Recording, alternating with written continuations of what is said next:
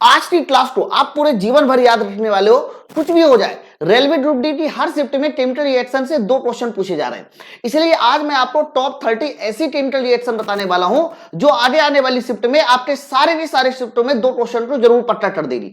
पहले आप ये समझ लीजिए कि केमिकल रिएक्शन से कैसे सवाल पूछे जाते हैं। केमिकल रिएक्शन में जब कोई प्रोडक्ट बनाया जाता है तो प्रोडक्ट का नाम पूछ लेता है, कौन सी गैस निकलने वाली है, कौन सा कंपाउंड बनने वाला, उस कंपाउंड का कलर क्या होगा, कौन सी गैस बनेगी, उसका कलर क्या होगा, उस गैस की प्रॉपर्टी क्या होगी। साथ साथ केमिकल रिएक्शन की जो बैलेंसिंग होती है, जिसमें एबीसीडी को छुपाकर एबीसीडी पूछ लिए जाते हैं, या फिर यह पूछ लिया जाता है कि बताइए इसके कितने मॉलिक्यूल बनेंगे, और शेप का कलर पूछ लिया जाता है। मतलब बहुत सारे क्वेश्चन है जो हमारे केमिकल रिएक्शन से डायरेक्ट पूछे जाते हैं। आप 27 नवंबर से शुरुआत कर लीजिए, जितने भी आप एनालिसिस देखिए, हर एनालिसिस में हर दिन हर शिफ्ट में केमिकल रिएक्शन से कम 2 से 3 सवाल पूछे जा रहे हैं। तो मैं आज आपको ऐसी टॉप 30 केमिकल रिएक्शन बताने वाला हूं इस वीडियो में, जिसको आप अगर पढ़ लिया, रट लिया, तो आप ये मान के चलो कि आपसे 2 से 3 नंबर आपके पट्टे हो जाएंगे आगे आने वाली शिफ्ट में। इवन आगे आने वाले जितने भी एग्जाम होंगे, उस एग्जामों के लिए भी केमिकल रिएक्शन का ये वीडियो आपके लिए सबसे ज्यादा इंपॉर्टेंट होने वाला है। तो चलो फिर वीडियो की शुरुआत करते हैं। यानी अगले 10 से 15 मिनट में मैं आप लोगों को केमिकल रिएक्शन का शहंशाह बनाने वाला हूं। तो पहले शुरुआत करते हैं कुछ पॉइंटों से। पहली 3 केमिकल रिएक्शन बड़े ध्यान से देखो। पहली रिएक्शन है कैल्शियम ऑक्साइड। जब पानी के साथ रिएक्शन करता है, चूने में जब पानी मिला दिया जाता है तो कैल्शियम हाइड्रोक्साइड बन जाता है, CaOH का होल ट्वाइस बन जाता है। साथ साथ इस रिएक्शन में कुछ हीट भी उत्पन्न होती है, तो प्लस मैंने यहां पर क्या लिख दिया, हीट लिख दिया। अगर मैं नाम की बात करता हूं तो इसे बोला जाता है कैल्शियम ऑक्साइड और यह बोला जाता है कैल्शियम हाइड्रोक्साइड। लेकिन कुछ ऐसे नाम है जो आपके एग्जाम में पूछे जाते हैं और आपको कंफ्यूज कर देते हैं, जैसे कि क्विक लाइम क्या होता है, स्लेट लाइम क्या होता है, लाइम वाटर क्या होता है, सोडा लाइम क्या होता है। ये 4 नाम ऐसे जो बड़े कंफ्यूज करते हैं। पहले तो आप ये समझो क्विक लाइम। क्विक लाइम हम लोग कैल्शियम ऑक्साइड को ही कहते हैं, यानी ये CaO है। कैल्शियम ऑक्साइड हमारा क्विक लाइम है। जबकि स्लेट लाइम जिसको बोलते हैं भुजा हुआ चूना। सर भुजा हुआ चूने का मतलब ये होता है कि आपने चूने और पानी की रिएक्शन करा दिया है, यानी कैल्शियम हाइड्रोक्साइड को हम लोग स्लेट लाइम कहते हैं। जबकि अगर लाइम वाटर की बात करते हैं तो लाइम वाटर क्या होता है, तो लाइम प्लस वाटर, इसका मतलब ये है कि इसमें हमारा चूने का जो पानी है वो तो होना ही चाहिए, साथ साथ जो है H2O भी होना चाहिए। आइए सोडा लाइम क्या होता है बच्चों। सोडा से पता चल रहा है सोडियम, और लाइम से पता चल रहा है मेरे भाई चूना। तो ध्यान रखना, जब भी कभी सोडियम हाइड्रोक्साइड और चूने को आपस में मिलाया जाता है तो वो बना देता है सोडा लाइम। मुद्दे की बात यह है कि ये जो नीचे के 2 चीजें मैंने लिखी है, लाइम वाटर और सोडा लाइम, ये कंपाउंड नहीं होते। ध्यान रखना मेरे भाई, ये क्या होते हैं, ये हमारे मिक्सचर होते हैं। क्या होते हैं, मिक्सचर।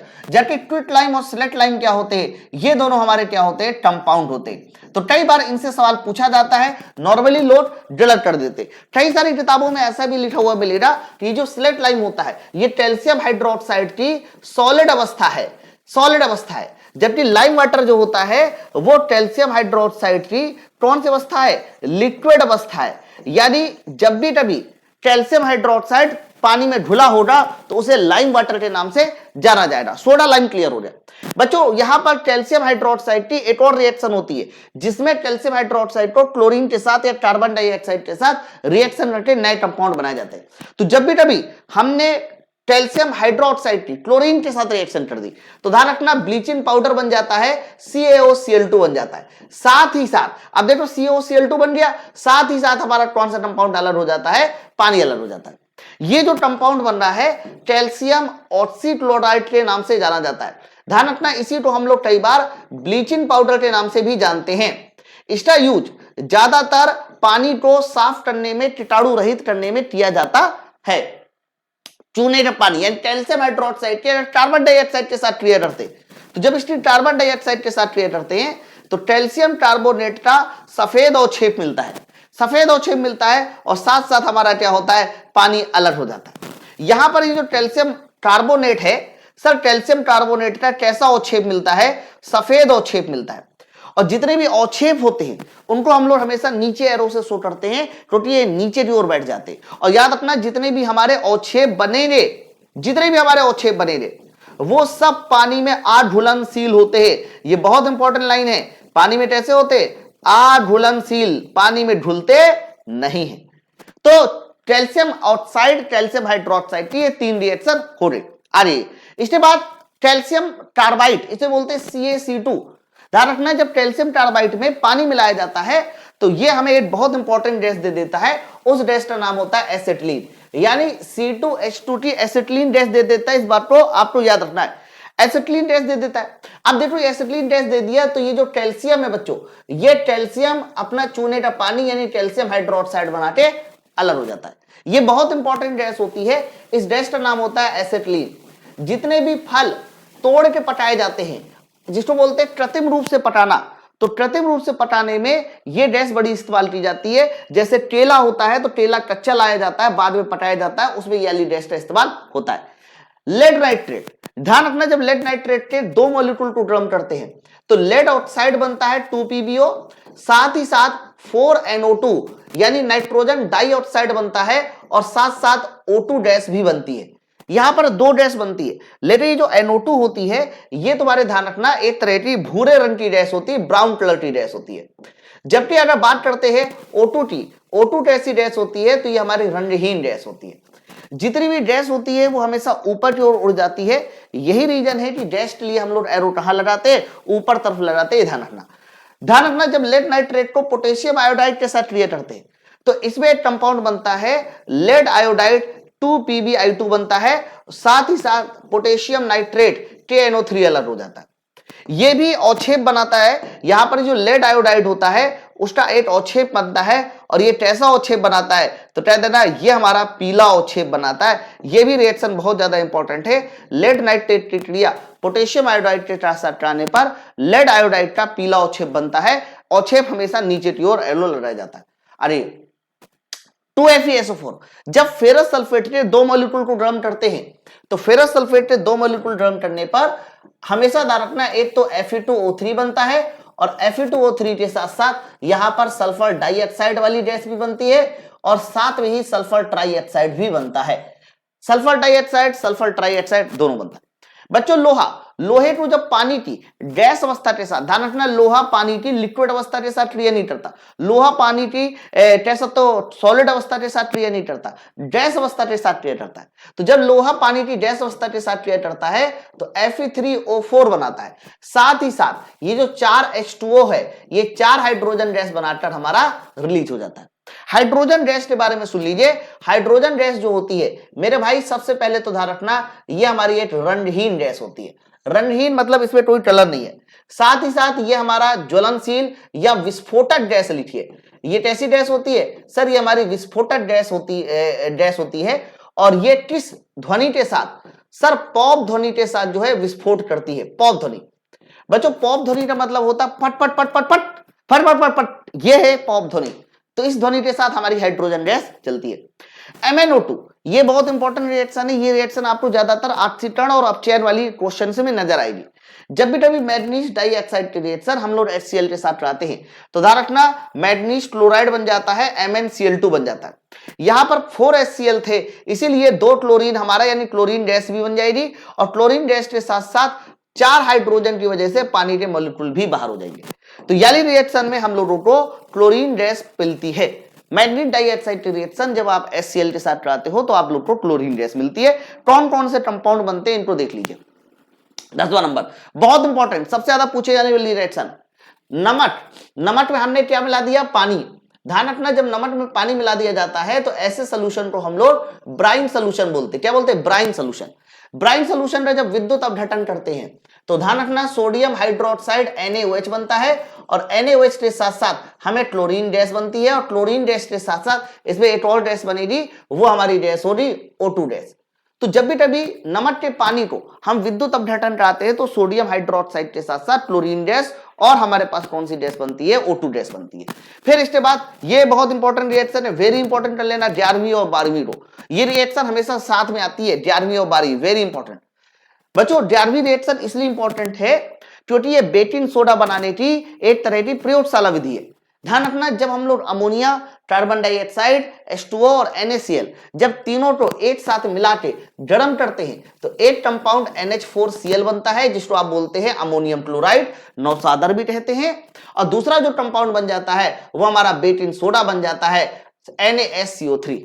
ये दोनों कंपाउंड बहुत ज्यादा इंपॉर्टेंट है। इसे बोलते हैं नौसादर अमोनियम क्लोराइड, लिख लीजिए ना। और इसे बोला जाता है बेकिंग सोडा, या फिर बोल सकते हैं सोडियम हाइड्रोजन कार्बोनेट, या फिर बोल सकते हैं सोडियम बाई कार्बोनेट।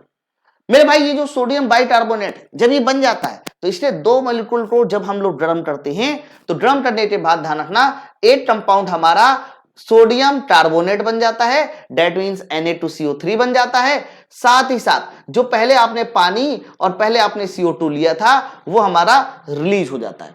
तो ध्यान से देखो ये हमारा कहीं ना कहीं सोडियम कार्बोनेट भी बना रहा है।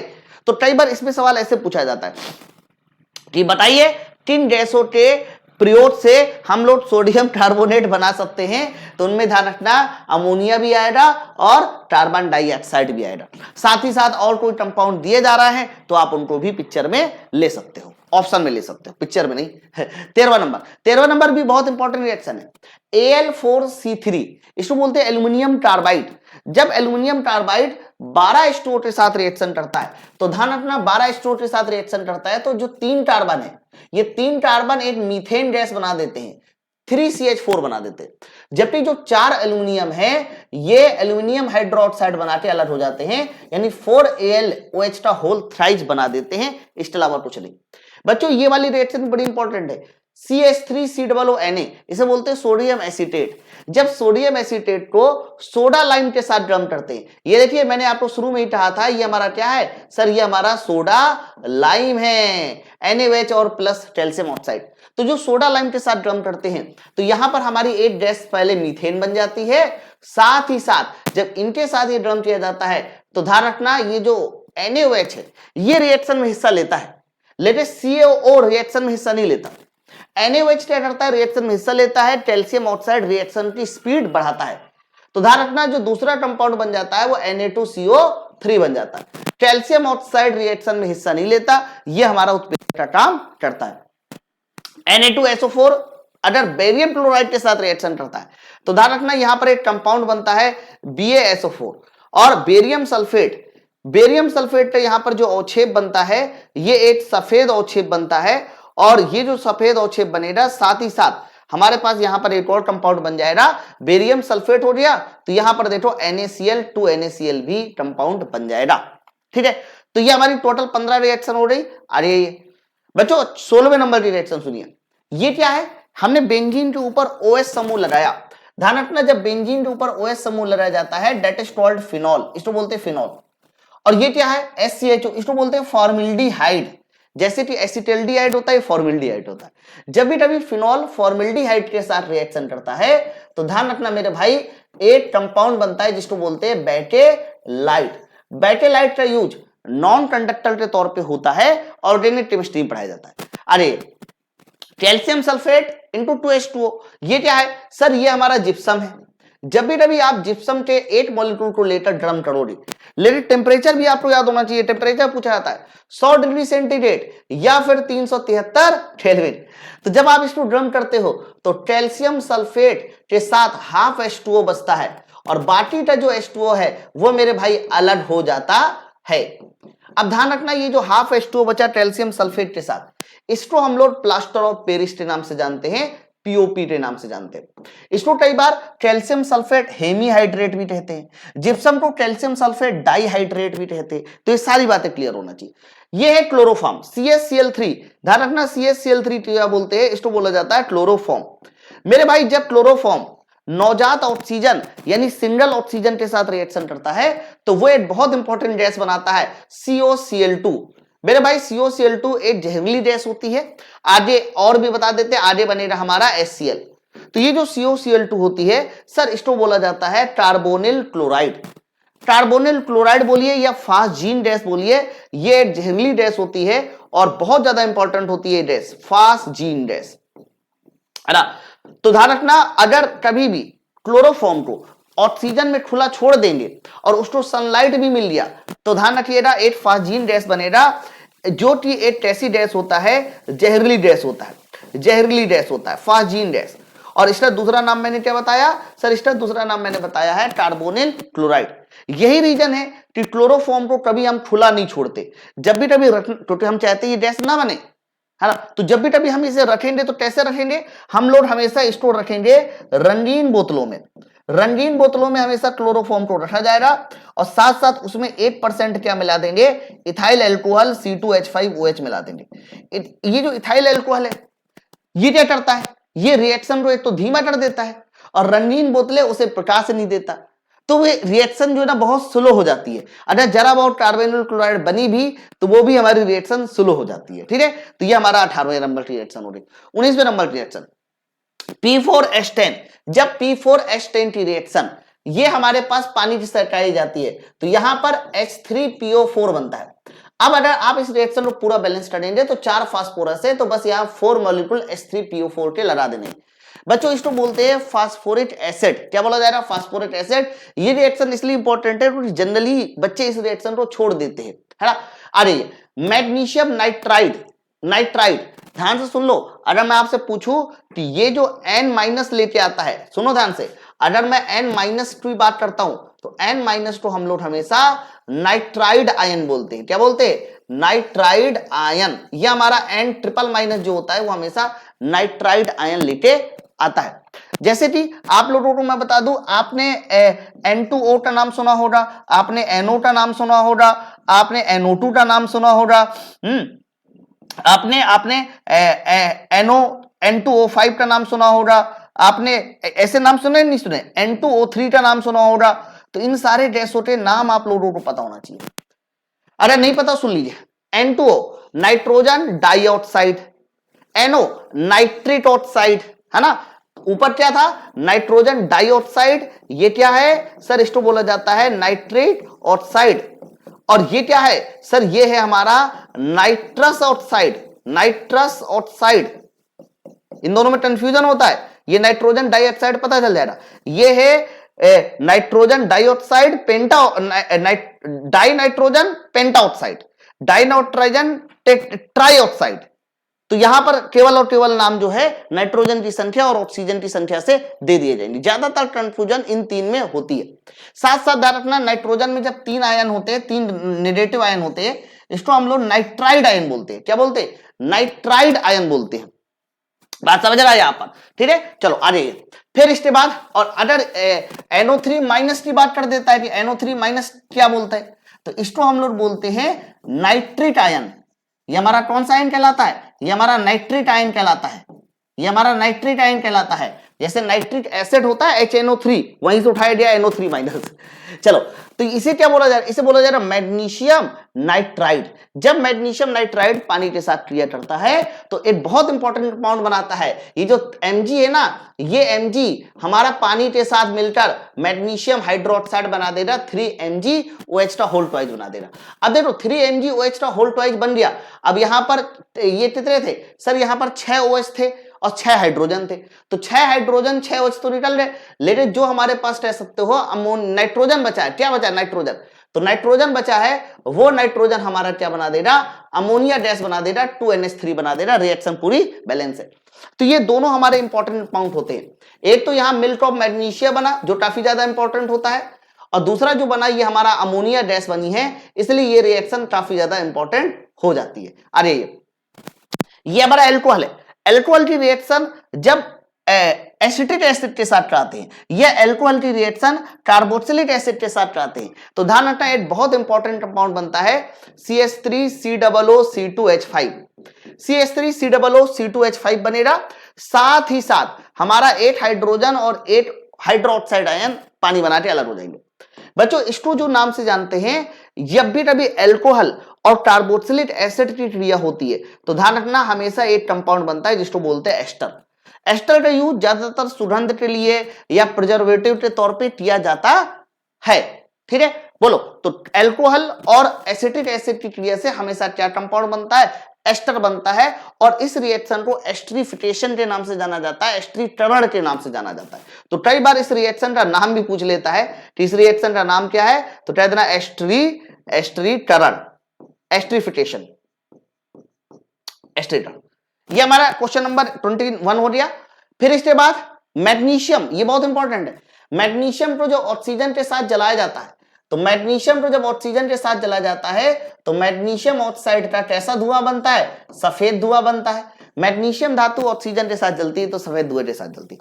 23 और 24 वाली रिएक्शन को वेरी इंपॉर्टेंट कर लो, क्योंकि जब जब ये रिएक्शन आपके एग्जाम में आई है तब तब जो है लोगों ने इस रिएक्शन में अपना नंबर खो दिया है, उल्टा माइनस लेके आ रहे। ध्यान रखना, जो कॉपर होता है ये एक अपवाद में है। कॉपर नाइट्रिक एसिड के साथ दो तरह से रिएक्शन करता है, डाइल्यूट नाइट्रिक एसिड के साथ इसकी रिएक्शन अलग होती है और कंसंट्रेटेड नाइट्रिक एसिड के साथ रिएक्शन अलग होती है।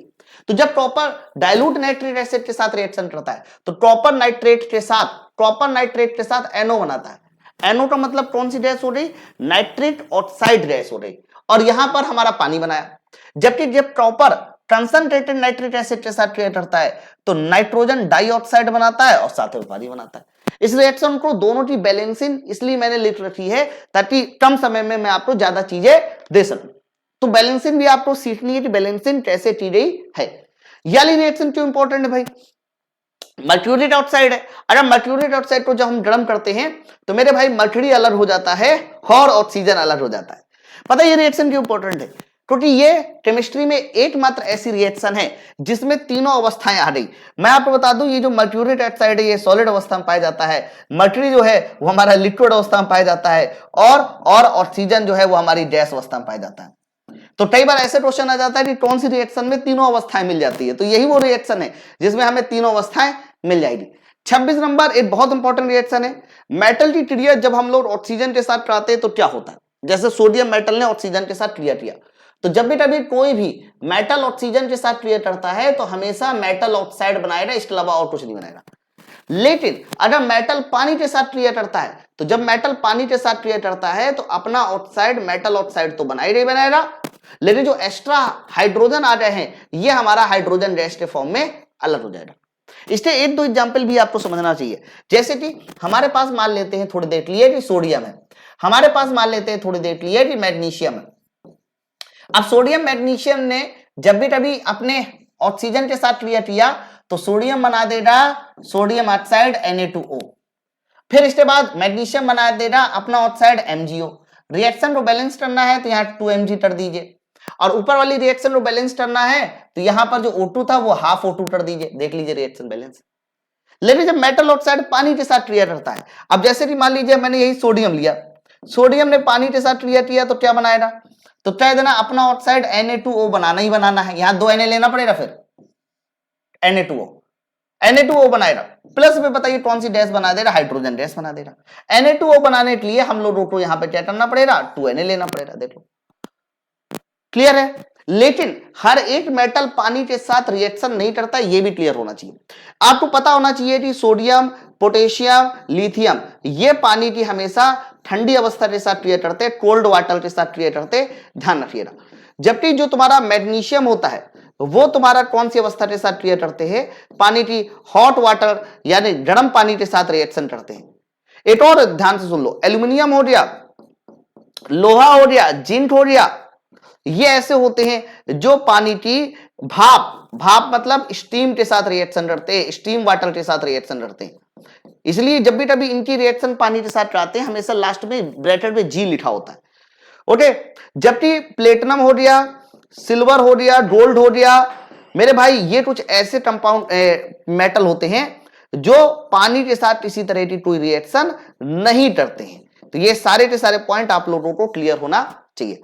तो मेटल ऑक्सीजन के साथ क्रिया करेगा तो मेटल ऑक्साइड बनाएगा, मेटल पानी के साथ क्रिया करेगा तो मेटल ऑक्साइड के साथ हाइड्रोजन गैस बनाएगा।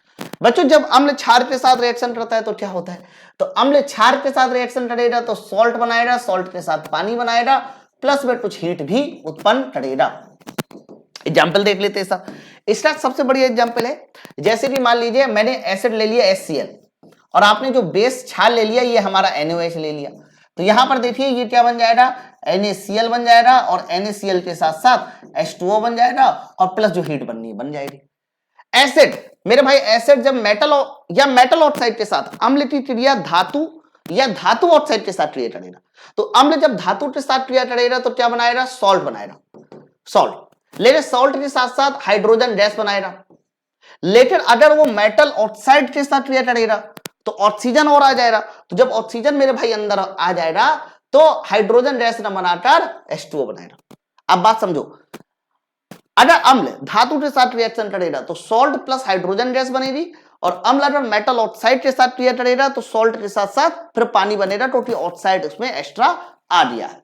अब इसका सबसे बढ़िया एग्जाम्पल देख लेते हैं। तो इसका सबसे बढ़िया एग्जाम्पल क्या है? तो अगर मैं इसके एग्जाम्पल की बात करता हूं तो इसका एग्जाम्पल क्या है? तो मेरे भाई इसका एग्जाम्पल क्या हो सकता है? जैसे कि मैंने HCl लिया, HCl लिया, मैंने सोडियम के साथ ट्रा दिया। तो जब सोडियम के साथ ट्रा दोगे, धातु के साथ ट्रा दिया, तो धातु के साथ ट्राने पर क्या बन जाएगा? तो धातु के साथ ट्राने पर ये हमारा NaCl बन गया, 2NaCl प्लस देखो हाइड्रोजन गैस भी रिलीज हो जाएगी। रिएक्शन को पूरा बैलेंस करना है तो यहां मैंने 2HCl लिया। लेकिन यही अगर इसका मैं उल्टा कर देता, यानी HCl लेता और HCl लेने के साथ साथ मेटल ऑक्साइड Na2O ले लेता, तो यहां पर पता क्या बनता? अब बनता मेरे भाई 2NaCl और इस बार पानी, हाइड्रोजन गैस बन के पानी बनता। तो आप लोगों को ये रिएक्शन भी बैलेंस हो रही, तो डायरेक्ट भी पता होना चाहिए कि कब कौन सा कंपाउंड बनेगा। एसिड जब कार्बोनेट या बाइकार्बोनेट के साथ रिएक्शन करता है तो क्या बनता है मेरे भाई? जब अम्ल कार्बोनेट या बाइकार्बोनेट के साथ रिएक्शन करता है तो हमेशा सॉल्ट देगा, सॉल्ट के साथ साथ CO2 गैस देगा। क्या देगा? CO2 गैस देगा। और CO2 गैस देने के साथ साथ आपको मैं बता दूं पानी भी देगा। इसमें कोई और चीज नहीं बनेगी, चाहे कार्बोनेट के साथ रिएक्शन रहो चाहे बाइकार्बोनेट के साथ रिएक्शन रहो। ठीक है, जैसे कि मान लीजिए मैंने अम्ल ले लिया HCl, ओके, कार्बोनेट चलो ले लेते हैं, कोई मान लीजिए मैंने ले लिया सोडियम कार्बोनेट। ठीक, तो आप बताओ यहां पर जो सोडियम कार्बोनेट का सोडियम है ये हमारा बना देगा सोडियम क्लोराइड NaCl प्लस बताइए क्या बना देगा? CO2 गैस, और प्लस बताइए क्या बना देगा? देखो पानी। इसका आप उल्टा भी ले लीजिए, मैंने मान लीजिए कार्बोनेट नहीं लिया होता, बाइकार्बोनेट लिया होता। कोई और एग्जांपल भी ले लेते, जैसे कि मान लीजिए मैंने H2SO4 लिया होता, अम्ल H2SO4 भी तो है, तो H2SO4 अम्ल लिया होता और यहां पर जो मैंने कार्बोनेट लिया होता वो कार्बोनेट नहीं बाइकार्बोनेट लिया होता, NaSCO3 लिया होता।